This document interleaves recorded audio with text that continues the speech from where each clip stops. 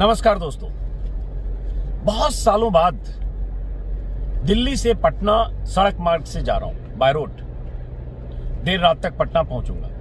क्यों जा रहा हूं, वजह आप जानते हैं, बिहार में चुनाव है। तो अगले कुछ दिनों तक बिहार में रहूंगा।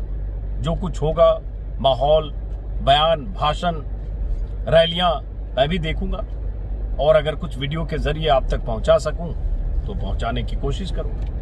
लेकिन जब रास्ते में हूं और ये रास्ता लंबा है तो सोचा क्यों ना आपको कुछ किस्से सुनाए जाए। तो आज एक किस्सा सुनाता हूं दोस्तों। ये किस्सा है नीतीश कुमार और मोदी के रिश्तों का। आज आपको पता होगा कि अगले कुछ दिनों के भीतर नीतीश कुमार और प्रधानमंत्री मोदी की कई रैलियां होनी है, साझा रैलियां। दोनों एक मंच पर दिखेंगे, एक दूसरे की तारीफ करेंगे, बिहार के मतदाताओं से वोट मांगने के लिए अपने अच्छे रिश्तों का इजहार करेंगे। लेकिन एक दौर वो भी था जब नीतीश कुमार किसी भी सूरत में, किसी भी मंच पर, किसी भी समारोह में, किसी भी कार्यक्रम में, किसी भी सरकारी या गैर सरकारी कार्यक्रम में मोदी के साथ नहीं दिखना चाहते थे। यहां तक कि एक बार एक समारोह में, एक रैली में प्रधानमंत्री मोदी ने नीतीश कुमार की अनिच्छा के बावजूद उनका हाथ पकड़कर, हाथ ऐसे उठाकर भीड़ का अभिवादन कर दिया था। हाथ मोदी ने नीतीश का अपने हाथों में लिया और ऐसे भीड़ को दिखाया। भीड़ में तालियां बजी। लेकिन नीतीश कुमार को यह बात पसंद नहीं आई। क्या वजह थी? नीतीश और मोदी के उस दौर के 36 के रिश्ते को समझने के लिए ले चलते हैं आपको थोड़े फ्लैशबैक में। वो तारीख थी 10 मई 2009। पंजाब के लुधियाना में एक रैली होने वाली थी। एनडीए की रैली थी, साझा रैली। लोकसभा चुनाव हो रहे थे।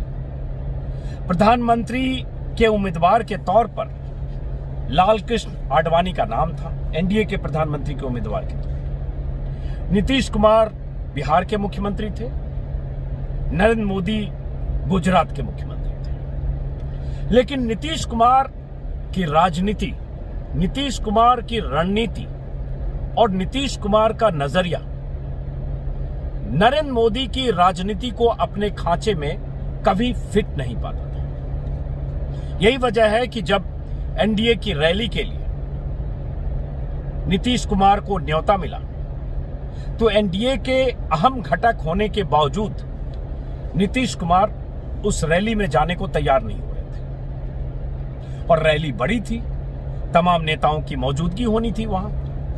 इसलिए लाल कृष्ण आडवाणी चाहते थे कि नीतीश कुमार जरूर आए, क्योंकि बिहार जैसे प्रदेश के मुख्यमंत्री थे नीतीश कुमार, साझा सरकार थी। नीतीश कुमार को इस बात का अंदाजा था कि उस मंच पर मोदी होंगे और मोदी से दूरी बनाए रखने की कोशिश उनकी राजनीति का अहम हिस्सा थी। इसलिए टाल मटोल करते रहे। आखिर में अरुण जेटली, जिनका भी कुछ दिन पहले निधन हो गया, अरुण जेटली ने लाल कृष्ण आडवाणी के हवाले से नीतीश कुमार को फोन किया। उन्हें समझाने की कोशिश की कि आप जरूर आएं, क्योंकि आप आएंगे तो आडवाणी जी को अच्छा लगेगा। नीतीश कुमार ने कहा, मैं जवाब दूंगा, बताऊंगा। लेकिन उसके बाद उनकी तरफ से कोई जवाब नहीं आया। उसके बाद क्या हुआ? मेरे पास एक किताब है, मैं सोचा कि इस किताब का भी जिक्र आपको करूं। यह किताब है बंधु बिहारी। ये द ब्रदर्स बिहारी एक किताब है। अंग्रेजी के अच्छे पत्रकार, जर्नलिस्ट हैं, द टेलीग्राफ के वरिष्ठ पत्रकार रहे हैं संकर्षण ठाकुर उनकी किताब है, उसका हिंदी अनुवाद है। इस किताब से ही उस किस्से को आज सुना रहा हूं। अखबारों में बहुत कुछ छपा, लेकिन इस किताब में कुछ खास जानकारियां। तो क्या हुआ कि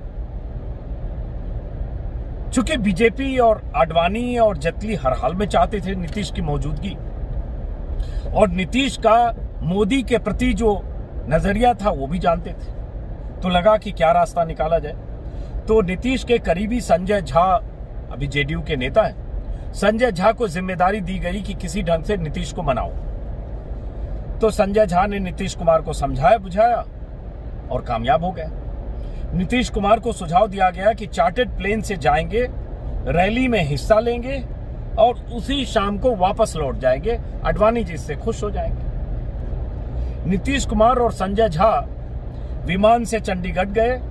वहां से उन्होंने सड़क के रास्ते रैली के लिए प्रस्थान किया।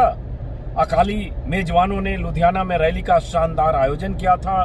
शोर शराबा, ढोल नगाड़े जैसा होता है पंजाब में, सारी तैयारियां थी, तलवारें चमक रही थी, भांगड़ा हो रहा था, सब कुछ।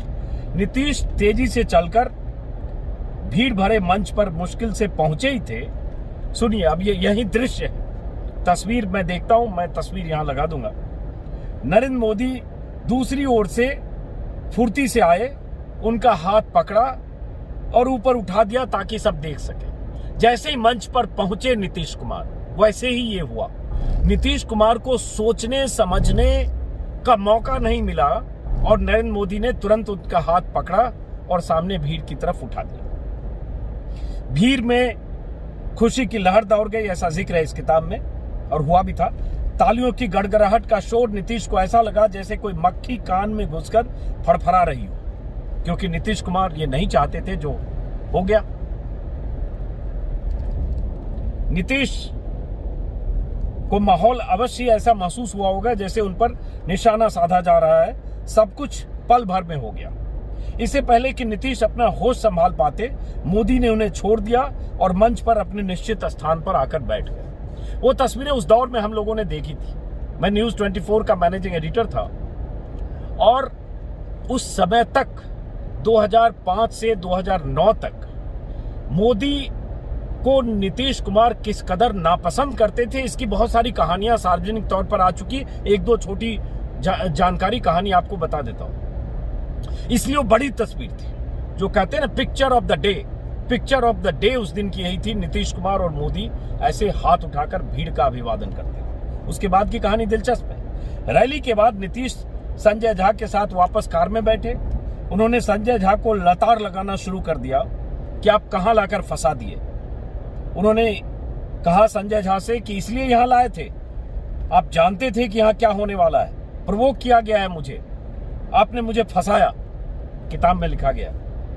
संजय झा ने नीतीश को शांत करने का प्रयास किया, लेकिन नीतीश कुछ भी सुनने को तैयार नहीं थे। सब डेलिब्रेट है, डिजाइन है।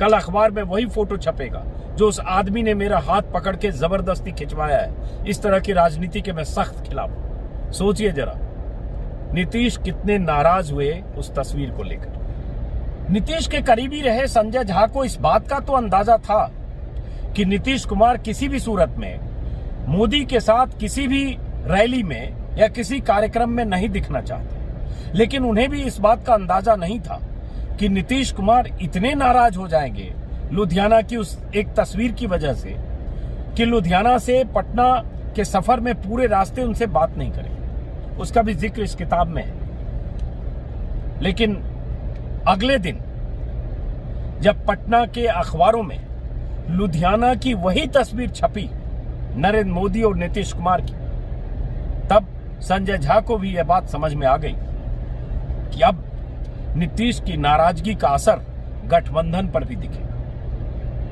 संजय झा को ये बात समझ आ गई कि नीतीश कुमार के मन में मोदी के प्रति जो नफरत है, वो नफरत इस गठबंधन को भी कहीं न कहीं परेशान कर सकती है। और वही हुआ। एनडीए की हार हो गई 2009 के चुनाव में। आडवाणी पीएम नहीं बने, नीतीश कुमार सीएम रह गए। उधर गुजरात में मोदी। कुछ महीनों बाद 2010 के मई में, माफ करें जून में, पटना में बीजेपी राष्ट्रीय कार्यकारिणी की बैठक थी। जैसा कि होता है, बीजेपी राष्ट्रीय कार्यकारिणी की बैठक में देश भर के बीजेपी नेताओं का पटना में जमावड़ा होना था। नीतीश कुमार ने अपने डिप्टी सीएम सुशील कुमार मोदी को कहा कि चूंकि सारे नेता आ रहे हैं, अलग अलग राज्यों से। इसलिए उन नेताओं के सम्मान में मुख्यमंत्री निवास पर वो एक डिनर का आयोजन करेंगे। उस डिनर की जिम्मेदारी पटना के सबसे बड़े होटल मौर्या को दी गई। मौर्या के कुक, मौर्या से जुड़े लोग उस डिनर के आयोजन में जुट गए। मुख्यमंत्री निवास पर डिनर की तैयारी हो गई। डिनर का बकायदा कार्ड छपा। कार्ड छपकर नेताओं का नाम उस कार्ड पर लिखकर बहुत सारे नेताओं तक कार्ड पहुंचा दिया गया। लेकिन उसके पहले नीतीश के मन में जो फांस थी, वो उस फांस ने एक रूप लिया और उसके बाद डिनर कैंसिल हुआ। क्यों हुआ ये कि गुजरात सरकार ने बिहार बाढ़ राहत कोष में 5 करोड़ का दान दिया था। चंदा कहें, दान कहें, सहयोग राशि कहें। लेकिन जब राष्ट्रीय कार्यकारिणी जिस दिन थी और मोदी को पटना में होना था, उसी दिन पटना के अखबारों में बीजेपी के स्थानीय छोटे नेताओं की तरफ से प्रायोजक में उनका नाम था और अखबारों में पूरे पन्ने का विज्ञापन छपा, जिसमें नरेंद्र मोदी के प्रति आभार व्यक्त किया गया कि उन्होंने बिहार राहत कोष में 5 करोड़ का दान दिया और उनके लिए कृतज्ञता जाहिर करते हुए विज्ञापन छपा। और पटना की सड़कों पर, चौराहों पर मोदी के बड़े बड़े पोस्टर, होर्डिंग और बैनर लग गए।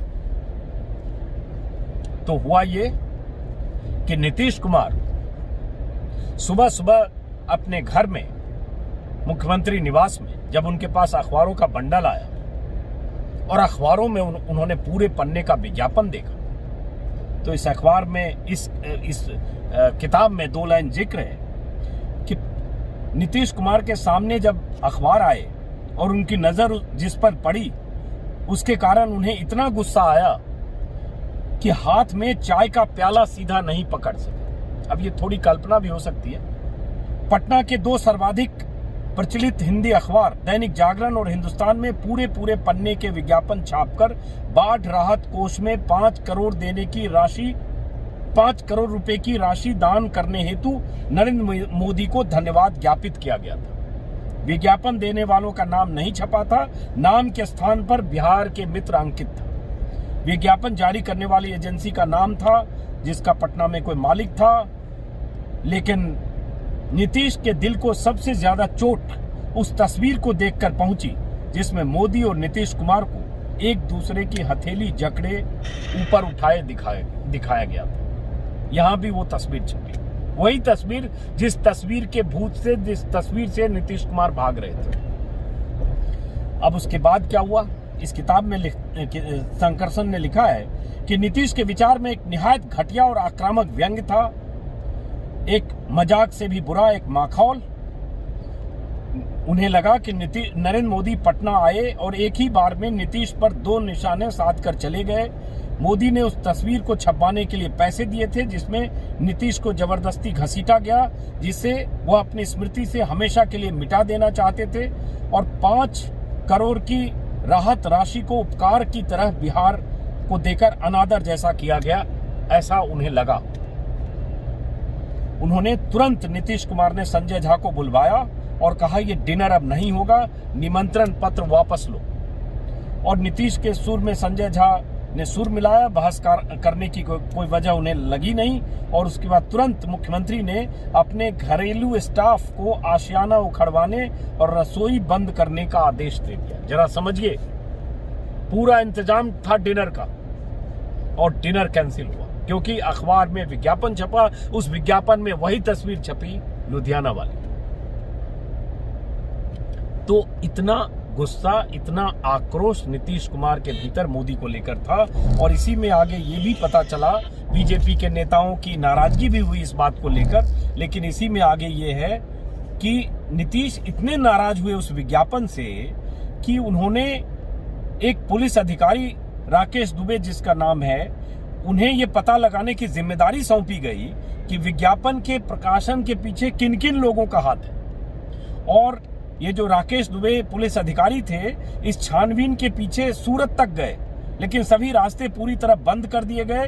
दुबे को इतनी जानकारी मिल सकी कि अब से पहले कभी सुनने में नहीं आए बिहार के मित्र फ्रेंड्स ऑफ बिहार नामक संगठन के समर्थकों ने नवसारी से बीजेपी सांसद CR पाटिल और एक्सप्रेशन नाम की एक एजेंसी के को 30 लाख फीस देकर यह विज्ञापन दिया गया। ये उन्हें पुलिस से जांच में ये पता चला। इसी किताब में ये भी जिक्र है कि नरेंद्र मोदी को जब पता चला कि नीतीश कुमार ने वो डिनर कैंसिल कर दिया है, जिस डिनर में बीजेपी के सभी नेताओं को होना था, और वो डिनर उस विज्ञापन से नाराज होकर कैंसिल किया है, तो जब रैली हुई पटना में, डिनर कैंसिल के अगले दिन गांधी मैदान में रैली हुई, उस रैली में मोदी ने गुजरात बिहार की तुलना करते हुए कहा कि आप लोग बिहार में अभी उस खंदक से नहीं निकल पाए, उस खाई से नहीं निकल पाए हैं जिसमें अब तक आप पड़े रहे हैं। गुजरात आए और देखें हमने बिहार को कितना समृद्ध किया है। मोदी का मकसद नीतीश को नीचा दिखाने का था। मोदी ने नीतीश का नाम लिए बिना अपना भाषण समाप्त कर दिया। मतलब गुजरात के मुख्यमंत्री बिहार में भाषण दिया, एक तरह से तंज में कुछ बातें कही, और बिहार के मुख्यमंत्री का जिक्र तक नहीं किया, जबकि वहां साझा सरकार थी। तो इस तरह से बहुत सारी कहानियां इसमें है। और उसके बाद एक चीज और हुई कि बिहार सरकार की तरफ से 5 करोड़ का चेक वापस कर दिया गया गुजरात सरकार को। बहुत चर्चित किस्सा है और बहुत सारे किस्सों का जिक्र इसमें है। और उसमें ये भी है कि बीजेपी के बहुत सारे नेताओं ने समझाने, बुझाने, मनाने, बीच में पंचायत करने की कोशिश की, लेकिन नीतीश कुमार अपनी जिद पर कायम रहे और वो लगातार इसी की पड़ताल करते रहे कि ये विज्ञापन छपा कैसे, किन लोगों ने ये विज्ञापन छपवाया और विज्ञापन छपवाने वालों का मकसद क्या था। इससे गलत मैसेज चला गया और मेरी जानकारी के बगैर, मेरी तस्वीर के साथ बिहार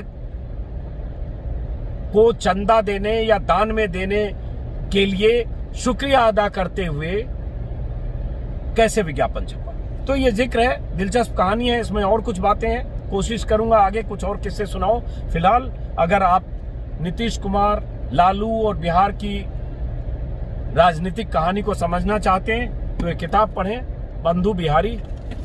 और इस कहानी का मकसद सिर्फ इतना बताना था कि इस रिश्ते को समझिए जो उस दौर में था, वो रिश्ता जो आज के दौर में था। और नीतीश और मोदी के बीच जो खटपट का रिश्ता था वो हमने देखा था, आपने भी देखा होगा 2015 के विधानसभा चुनाव में भी, जब मोदी रैलियां कर रहे थे बिहार में, तब वो प्रधानमंत्री बन चुके थे और तब डीएनए का सवाल उठाया था, जिसका नीतीश कुमार ने जवाब दिया था। तो ये कहानी देखिए अपने आप में कितनी दिलचस्प है कि बिहार में साझा सरकार थी बीजेपी के साथ और नीतीश कुमार बीजेपी के ही सबसे लोकप्रिय मुख्यमंत्री, जो बाद में प्रधानमंत्री बन गए, उनको किसी भी सूरत में न तो बिहार आने देना चाहते थे, न तो बिहार में प्रचार करने देना चाहते थे, और न ही उनके साथ किसी भी तरह का कोई रिश्ता रखना चाहते थे। नीतीश कुमार की नाराजगी का चरम तब दिखा जब 2014 के चुनाव के पहले गोवा अधिवेशन में नरेंद्र मोदी को बीजेपी की प्रचार अभियान समिति का अध्यक्ष बनाया गया और उस ऐलान के साथ यह तय हो गया कि अब नरेंद्र मोदी ही बीजेपी की तरफ से प्रधानमंत्री पद के उम्मीदवार होंगे। और जब नीतीश कुमार को यह अंदाजा लग रहा था, देश के लोगों को अंदाजा लग रहा था कि मोदी बीजेपी की तरफ से उम्मीदवार हो सकते हैं, तब बेचैनी नीतीश कुमार में इस कदर थी कि उन्होंने बीजेपी के कई वरिष्ठ नेताओं से लगातार बात की, संवाद किया और रोकने समझाने की कोशिश की कि नरेंद्र मोदी का नाम प्रधानमंत्री के उम्मीदवार के तौर पर अगर आता है तो वो गठबंधन से अलग होने की हद तक जा सकते हैं। और इस किताब में कुछ और कहानियां भी इस बारे में है कि बीजेपी के कई नेताओं से आश्वासन मांगते रहे कि मोदी को किसी भी सूरत में प्रधानमंत्री पद के उम्मीदवार के तौर पर सामने न लाया जाए। और उसके बाद बीजेपी के नेताओं से मिलते रहे, जेटली से बात करते रहे, अरुण जेटली से खास तौर से, गडकरी से उन्होंने बात की, राजनाथ सिंह से बात की, जो राजनाथ सिंह उस समय पार्टी के अध्यक्ष थे। सबसे बातों मुलाकातों में लगातार अपनी राय जाहिर करते रहे और उसके बाद आखिरकार गोवा अधिवेशन में प्रचार अभियान समिति का अध्यक्ष घोषित किया गया और वहीं से ये तय हो गया कि नीतीश कुमार अब इस गठबंधन से अलग होंगे और अलग हुए भी। और उसके बाद आपने देखा होगा और रिश्ता टूटा। उसके बाद बीजेपी सरकार से बाहर हुई, बल्कि बीजेपी को सरकार से बाहर किया गया। उसके बाद फिर चुनाव हुआ, 2014 के चुनाव। नीतीश कुमार लोकसभा चुनाव के दौरान बहुत एक दूसरे पर तीखे आरोप प्रत्यारोप हुए, लेकिन बुरी तरह से नाकामी हासिल हुई। उसके बाद फिर नीतीश कुमार आरजेडी के साथ सरकार बनाने की कोशिश में जुटे और साझा लड़ाई, साझा सरकार बनी। लेकिन उस सरकार का क्या हश्र हुआ अलग बात है। लेकिन उस चुनाव के दौरान, 2015 के विधानसभा चुनाव के दौरान भी मोदी की रैलियां, आपको याद होगी कि मोदी के निशाने पर किस तरह से नीतीश कुमार हुआ करते थे। डीएनए का बहुत चर्चित जुमला है। डीएनए को लेकर नरेंद्र मोदी ने कुछ कहा था, जिस पर नीतीश कुमार ने बहुत जबरदस्त नाराजगी जताई थी। वो सारी कहानियां इस किताब में, उन कहानियों का भी जिक्र है। चूंकि ये वीडियो लंबा होगा, अपलोड करने में भी दिक्कत होगी, इसलिए फिलहाल संक्षिप्त में अपनी बात यहीं खत्म करता हूं। अब मुलाकात होती रहेगी, छोटी छोटी कहानियां, कुछ चुनाव की बातें और बिहार में जो कुछ भी मैं देखूंगा आपको बताने की कोशिश करूंगा। नमस्कार।